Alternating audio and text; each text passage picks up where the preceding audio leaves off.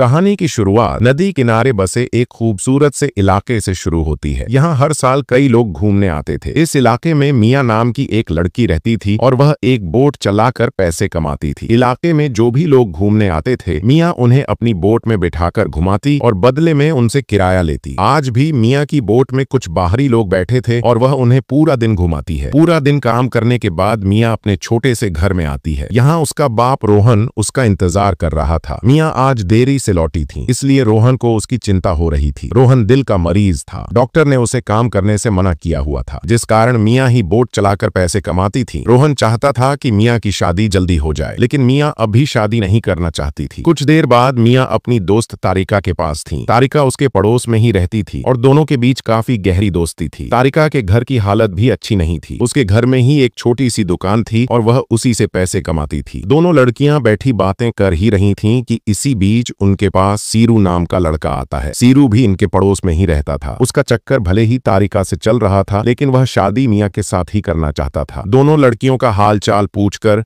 सीरू अपने काम पर चला जाता है। कुछ देर बाद सीरू मियाँ के घर आता है। मियाँ और सीरू के बाप में अच्छी दोस्ती थी, इसलिए सीरू अक्सर ही मियाँ के घर आता जाता रहता था। मियाँ घर के काम कर रही थी और सीरू उसे कुछ फल देता है। इसके बाद वह रोहन के पास बैठ जाता है और उससे बातें करने लगता है। सीरू बातें भले ही रोहन से कर रहा था, लेकिन उसका पूरा ध्यान मियाँ में ही था। रोहन से बातें करने के बाद वह चला जाता है, जिसके बाद रोहन मियाँ के पास आता है। वह उससे कहता है कि मैंने सीरू की आंखों में तुम्हारे लिए प्यार देखा है, तुम्हें उससे शादी कर लेनी चाहिए। मियाँ उसकी बातों पर ज्यादा ध्यान नहीं देती, बल्कि उसकी बातों को हंसी में टाल देती है। रात को सीरू तारिका के घर में था। तारिका घर में अकेली रहती थी, इसलिए सीरू उसके घर आता जाता रहता था। दोनों दारू भी पी रहे थे और गर्म गर्म बातें भी कर रहे थे। दारू पीने के बाद दोनों शुरू हो जाते हैं, लेकिन सीरू तारिका की प्यास बुझा नहीं पाता और वह तारिका को प्यासी ही छोड़कर चला जाता है। अगले दिन इलाके में एक नया लड़का आता है, जिसका नाम जीवन था। जीवन एक ब्लॉगर था और वह यहाँ ब्लॉग बनाने आया था। वह यहाँ पहली बार आया था, इसलिए उसे यह इलाका काफी पसंद आ गया था। जीवन यहाँ अभी अभी पहुंचा था, इसलिए वह अपने कैबिन में जाना चाहता था, जिसे उसने मोबाइल से बुक किया था। इसी बीच उसकी नजर मियाँ पर पड़ती है और वह उससे कैबिन के बारे में पूछता है, जिसके जवाब में मियाँ कहती है कि तुम्हारा बुक किया हुआ कैबिन मेरे पड़ोस में ही है। इसके बाद दोनों के बीच बोट का किराया तय होता है और किराया तय होते ही दोनों कैबिन की तरफ बढ़ने लगते हैं। सफर के दौरान मियाँ जीवन को अपने बारे में बताती है कि मेरी माँ कई साल पहले मर गई थी, मेरा बाप बीमार रहता है, इसलिए मैं बोट चलाकर घर चलाती हूँ। थोड़ी ही देर बाद दोनों का सफर खत्म हो जाता है, जिसके बाद दोनों पैदल चलने लगते हैं। रास्ते में तारिका की दुकान आती है और मियाँ जीवन को तारिका के बारे में बताती है। तारिका भी मियाँ के साथ लड़का देखकर हैरान थी। इससे पहले कि वह जीवन के बारे में पूछ पाती, दोनों आगे निकल गए थे। जल्दी ही जीवन अपने कैबिन में पहुंच गया और उसके साथ मियाँ भी थी। जीवन को अपना कैबिन पसंद आ गया था। यहाँ आकर वह मियाँ को अपने बारे में बताने लगा कि मैं यहाँ 3 दिनों के लिए ब्लॉग बनाने आया हूँ, मेरी कोई लवर नहीं है, इसलिए मैं यहाँ अकेला ही आया हूँ। मियाँ उससे बात कर ही रही थी कि इसी बीच मियाँ को सीरू फोन कर बताता है कि तुम्हारे बाप की तबीयत खराब है। सीरू की बात सुनकर मियाँ उदास हो जाती है। जीवन उससे उदासी का कारण पूछता है, जिसके जवाब में मियाँ सब कुछ बताकर जाने लगती है और जीवन भी उसके पीछे पीछे जाता है। जल्दी ही मियाँ अपने घर पहुंच गई। जीवन भी उसके साथ आ गया था। रोहन मियाँ को बताता है कि मैं बेहोश हो गया था और सीरू ने ही आकर मुझे संभाला। मियाँ सीरू का धन्यवाद करती है। सीरू उससे कहता है कि तुम्हें रोहन को शहरी डॉक्टर के पास ले जाना चाहिए, वहां आने जाने में 4 दिन लगेंगे, इसलिए रोहन के साथ मैं चला जाता हूँ। मियाँ को सीरू की बात ठीक लगी, क्योंकि उसके पिता की तबीयत पहले से ज्यादा खराब हो गई थी। इसी बीच मियाँ दोनों को जीवन के बारे में बताती है और दोनों जीवन का स्वागत करते हैं। इसके बाद माया जीवन को तारिका के पास लाती है ताकि दोनों में जान पहचान हो सके। जीवन को देखते ही प्यासी तारिका गर्म हो गई। अगर मियाँ उसे ना रोकती तो वह जीवन का पानी निकाल देती। अगले दिन मियाँ जीवन को बोट में बिठाकर घुमाने लगी। जीवन यहाँ 5 दिन रहने वाला था, इसलिए मियाँ उसे 5 दिन ही घुमाने वाली थी। जीवन को भी घूमने का बेहद शौक था और वह यहाँ की खूबसूरती देखकर खुश हो गया था। काफी देर घूमने के बाद दोनों एक किनारे पर आकर रुकते हैं। किनारे पर एक झोपड़ी बनी हुई थी और दोनों उसमें बैठकर बातें करने लगते हैं। जीवन मियाँ को बताता है कि मैं बड़े शहर से जरूर हूँ, लेकिन वहाँ कोई भी खूबसूरत नजारा नहीं है। मियाँ से बातें करने के बाद जीवन अपने कपड़े उतार कर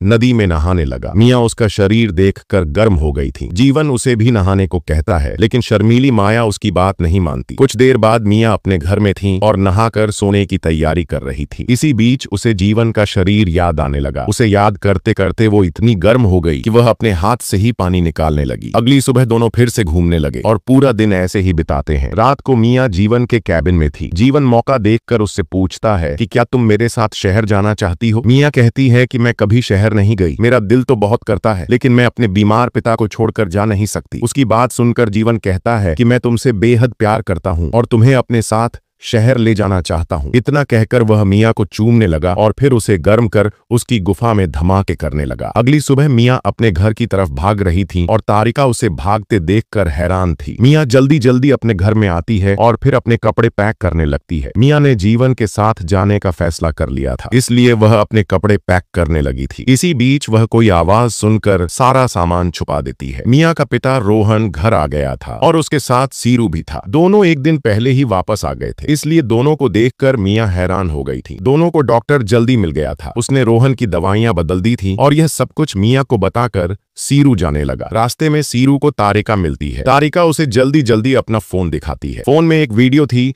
जिसमें मियाँ जीवन के साथ घूम रही थी और उसे चूम भी रही थी। वीडियो देखने के बाद सीरू जीवन के पास आकर उसे मारने लगा। इसी बीच मियाँ भी उनके पास आती है और सीरू को रोकने लगती है। सीरू गुस्से में आकर कहता है कि बाहरी बंदा गंदा है, ये तुम्हारी गुफा के मजे लेकर भाग जाएगा। उसकी बात सुनकर मियाँ उससे कहती है कि तुम्हें अपने काम से काम रखना चाहिए। मैं जीवन से प्यार करती हूँ और यह भी मुझसे प्यार करता है। मियाँ की बातें सुनकर सीरू उदास हो गया, जिसके बाद वह वहां से चला जाता है। कुछ देर बाद सीरू तारिका के घर में था। सीरू का मन आज काफी उदास था, इसलिए तारिका गरम गरम बातें कर उसे खुश करने की कोशिश कर रही थी। कुछ देर बातें करने के बाद तारिका उसका पानी निकालने लगी। दोनों अब भी मजे कर ही रहे थे कि इसी बीच मियाँ उन्हें देख लेती है। मियाँ को नहीं पता था कि इन दोनों का चक्कर चल रहा है। वह गुस्से में जैसे ही जाने लगी तो सीरू उसे रोकने की कोशिश करता है। मियाँ रुकते रुकते कहती है कि तुम शादी तो मुझसे करना चाहते थे, लेकिन मजे तारिका के साथ कर रहे हो। तुम धोखेबाज हो और धोखेबाज ही रहोगे। इतना कहकर वह वहां से चली जाती है। अगली सुबह जीवन एक बोर्ड के पास बैठा था और वह मियाँ का इंतजार कर रहा था। उधर मियाँ ने भी अपना सामान तैयार कर लिया था। वह सब कुछ छोड़कर जीवन के साथ शहर जाने वाली थी, इससे पहले कि वह घर से निकल पाती। रोहन उसे देखकर कहता है कि मुझे पता है कि तुम घर छोड़कर जा रही हो। मैं तुमसे बस इतना ही पूछना चाहता हूँ कि क्या तुम उसके साथ खुश रहोगी जिसके लिए तुम यह सब कर रही हो। रोहन की बातें सुनकर माया बुत सी बन गई थी। जीवन उसे कई फोन करता है, लेकिन मियाँ उसका कोई भी फोन नहीं उठाती। जीवन के फोन की बैटरी लो थी, जिस कारण उसका फोन जल्दी ही बंद हो जाता है। उधर मियाँ रोहन से कहती है कि मैं जीवन से बेहद प्यार करती हूँ, मैं उससे शादी करना चाहती हूँ और शादी के बाद उसी के साथ रहना चाहती हूँ। उसकी बातें सुनकर रोहन उससे कहता है कि अगर तुम्हें पूरा यकीन है कि जीवन तुम्हें खुश रखेगा तो तुम्हें उसके साथ जरूर जाना चाहिए। दूसरी तरफ जीवन को लगने लगा कि मियाँ उसके साथ नहीं जाएगी, इसलिए वह अकेला ही बोट में बैठकर जाने लगता है। उधर रोहन की हाँ के बाद मियाँ जल्दी जल्दी घर से निकलती है ताकि जीवन के साथ जा सके, मगर मियाँ ने आने में देरी कर दी थी, इसलिए जीवन पहले ही वहां से चला गया था। इसी के साथ इस कहानी का यही अंत हो जाता है। हमारी वीडियो देखने के लिए बहुत बहुत धन्यवाद। अगर आप ऐसी ही वीडियो के दीवाने हैं तो प्लीज मेरे चैनल को जरूर सब्सक्राइब करें। मिलते हैं अगली वीडियो में।